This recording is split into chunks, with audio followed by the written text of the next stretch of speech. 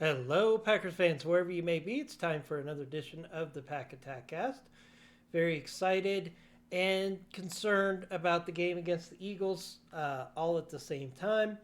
But you know what? You got to fake it till you make it. And I'm hoping the Packers can fake it tonight because they've got some challenges ahead of them. They need to show that they have the ability to play the defense they played week 1 and 2.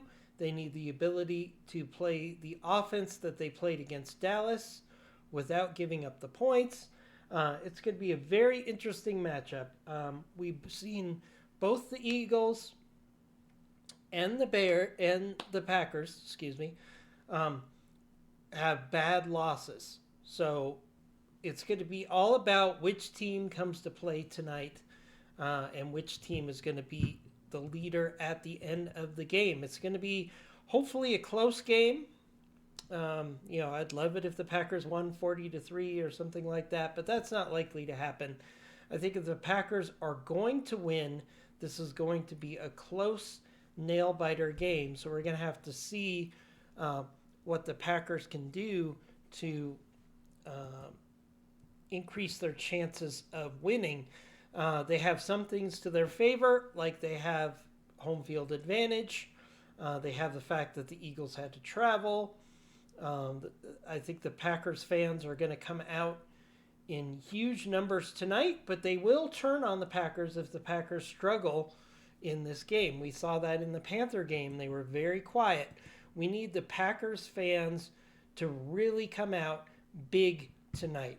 I also want to give a shout out to the Armed Forces today. This is Salute to Service Week, so I'm a big proponent of that, as you could probably see from the gear and merch that I buy.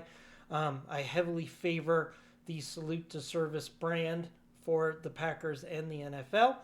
As a former service member for 7 years in the U.S. Army, go big green. Really want to give a shout out to those that have served and are currently serving.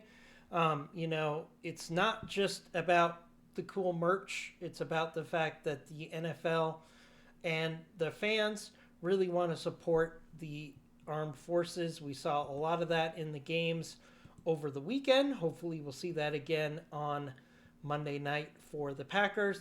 But I just want to give a quick shout out to service members across the country, past and present. I know my family, myself, not to go on too much of a tangent, has been serving in the United States military continuously since the War of 1812. So we've got a lot of history there. I've served, my father served, my grandfather served, my son is currently serving. So I just want to give a shout out to everybody who gives their time and effort in the armed forces. So today what we're going to do is we're going to talk about, give you an update on key injuries. We're going to review key matchups for the Packers, and we're going to discuss what my prediction is for this game. So I'm really looking to see a tight competitive game. I want the Packers to show up. They tend to show up and play against the better teams, and they seem to play down to the worst teams. So hopefully they'll be up for this game.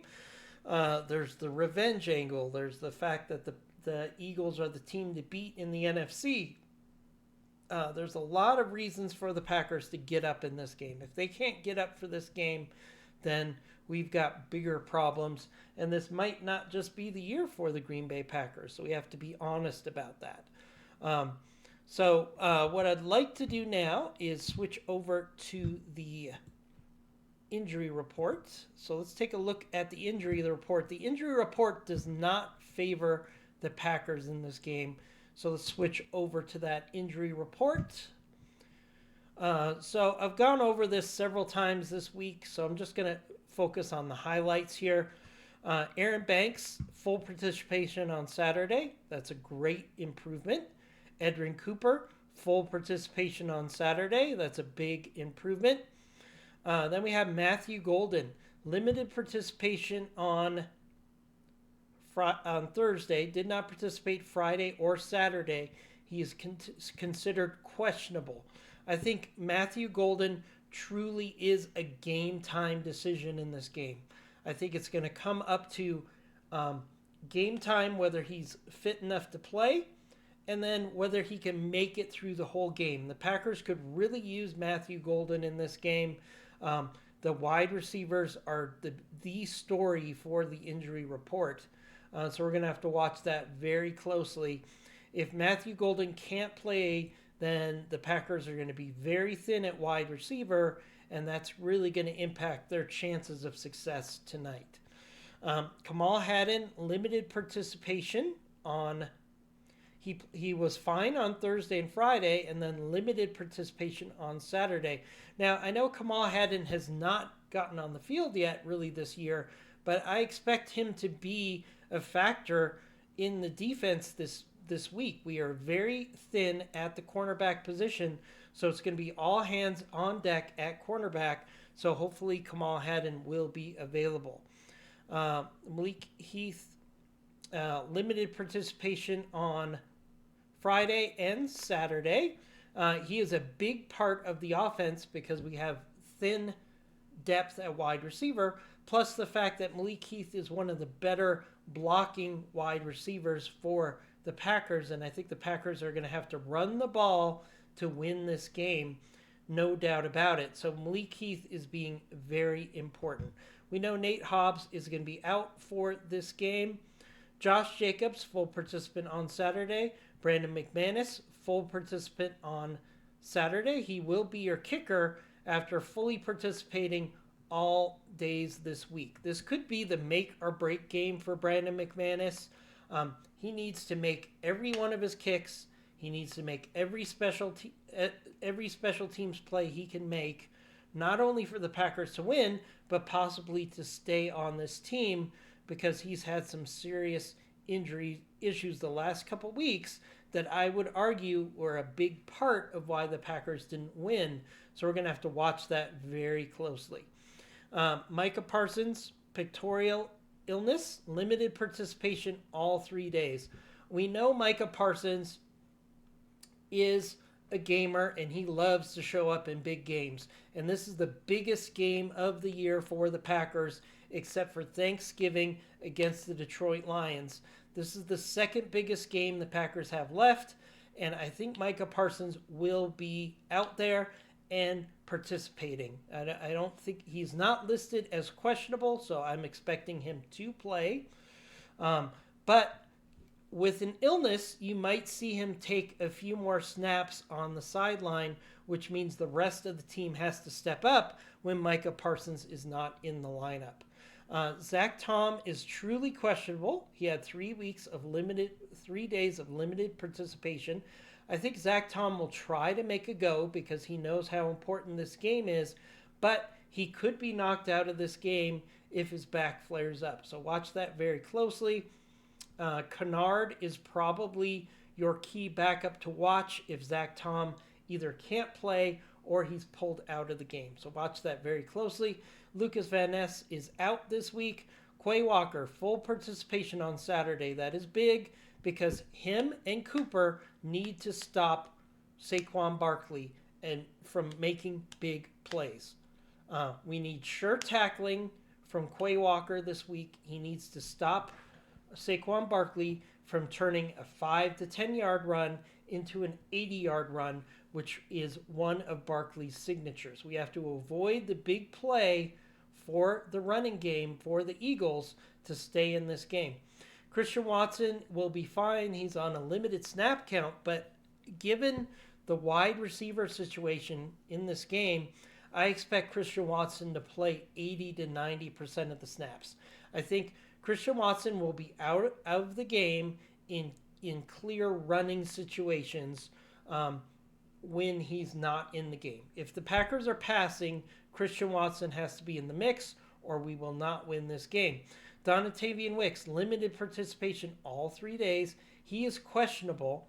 He's had 2 weeks off, plus he's been limited in participation the last couple weeks.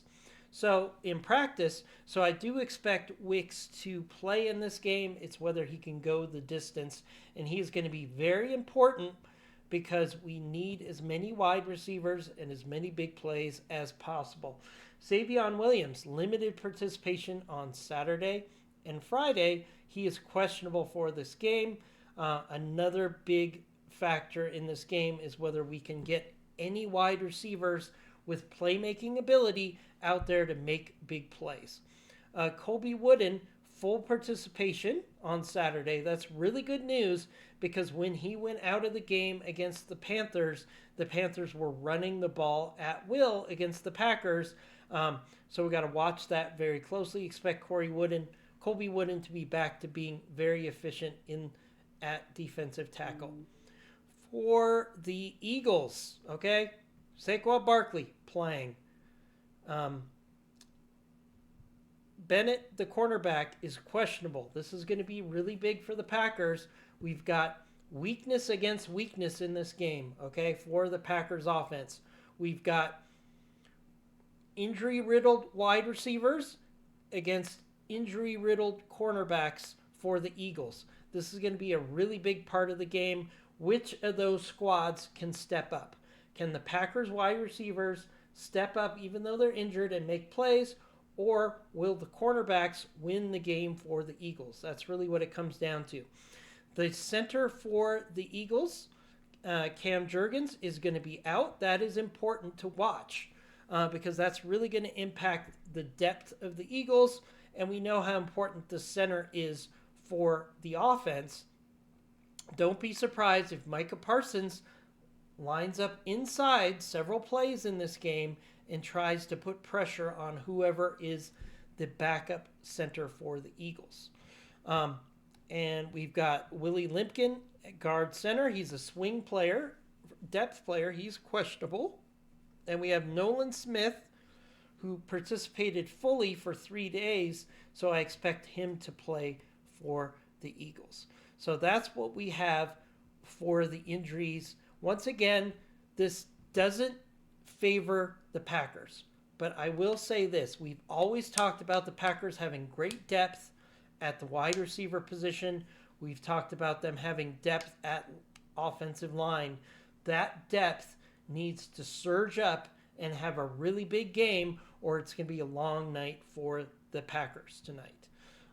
If I seem a little pessimistic about this game, I'm very nervous. I'm not sure how this game is going to go right now. We're going to go through my predictions in a minute, but let's switch over to a review of this game. Of course, it's going to be on Monday Night Football. Kickoff is 7:15 local for the Packers, and we're going to have broken clouds.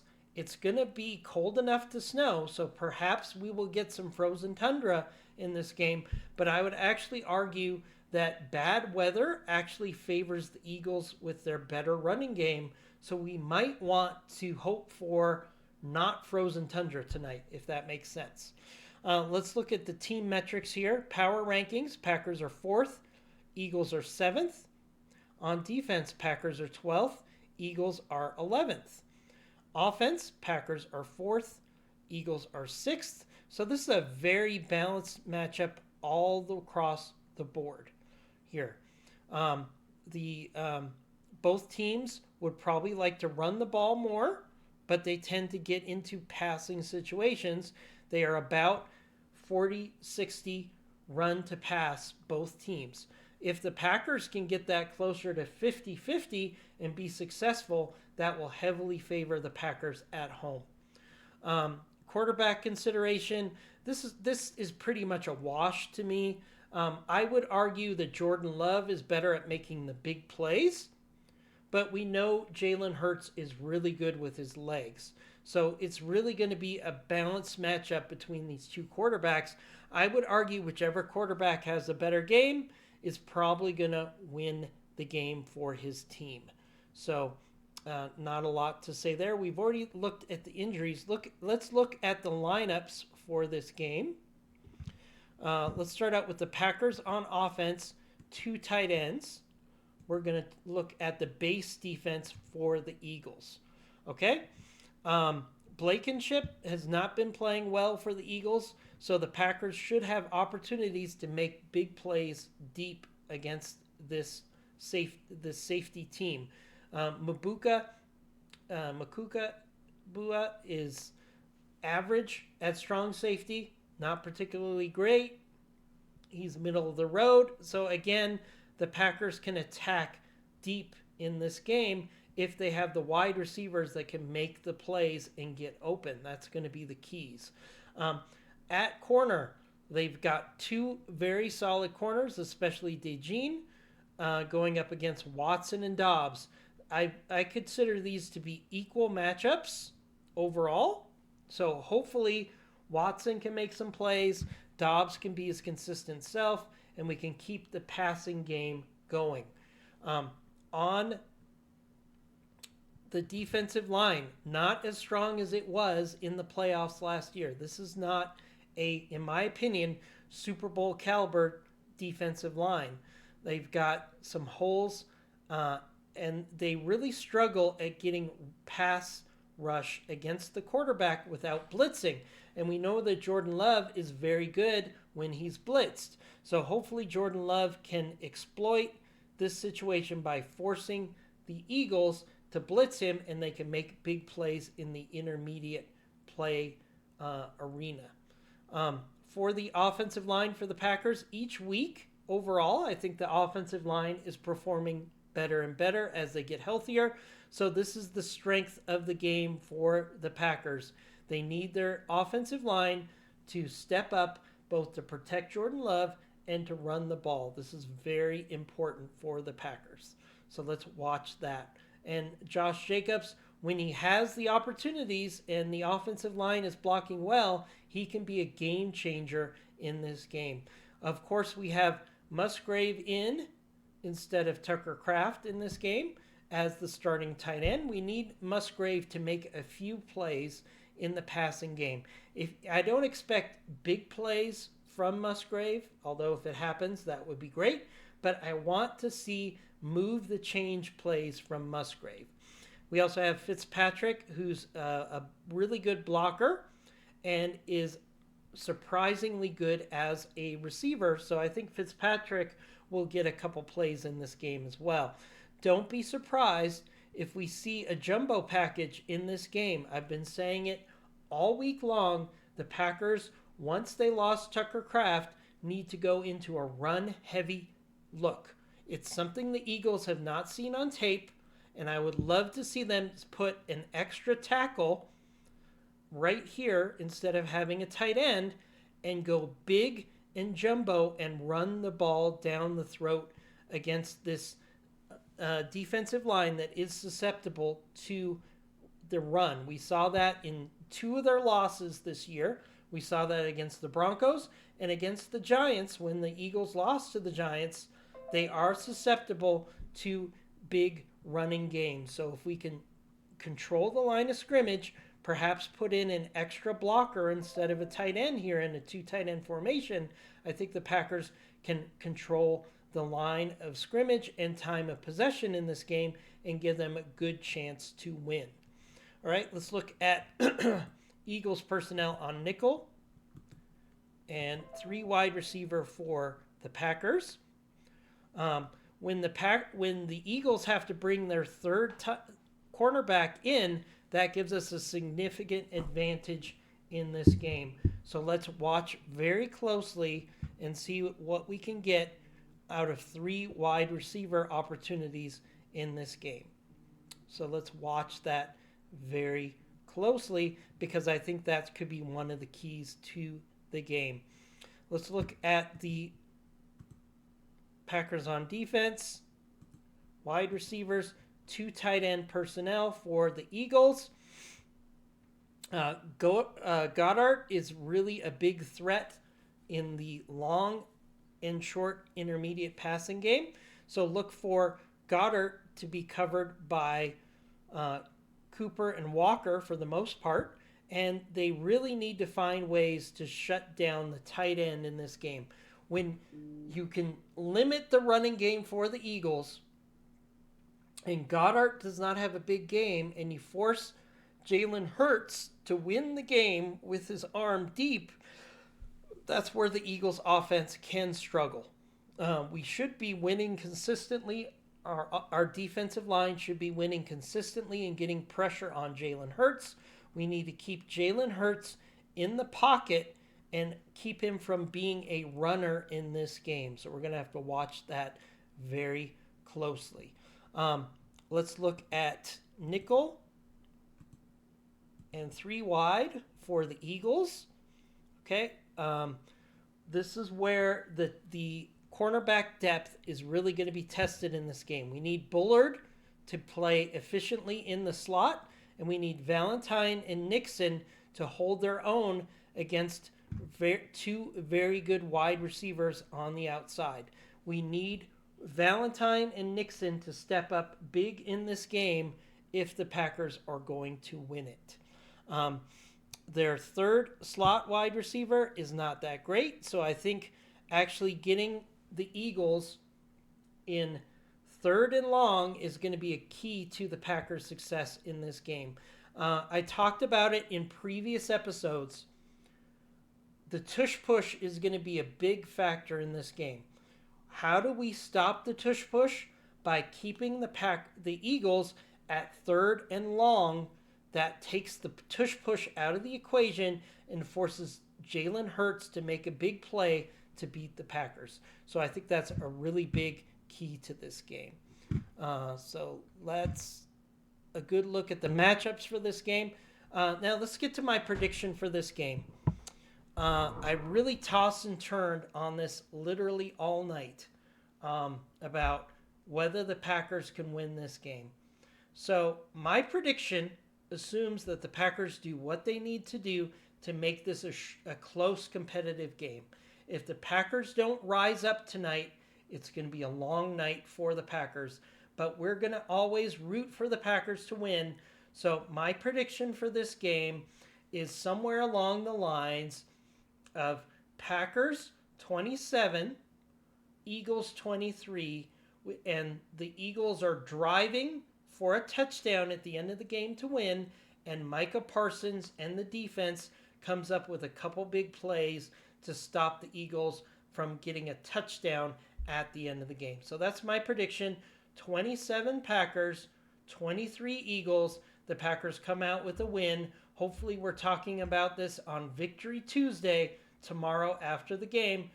Enjoy the game, win or lose, and I hope the Packers can rise up and have a big game and show the league that they are a serious contender for the Super Bowl this year. If not, then the rest of the year is going to be very frustrating.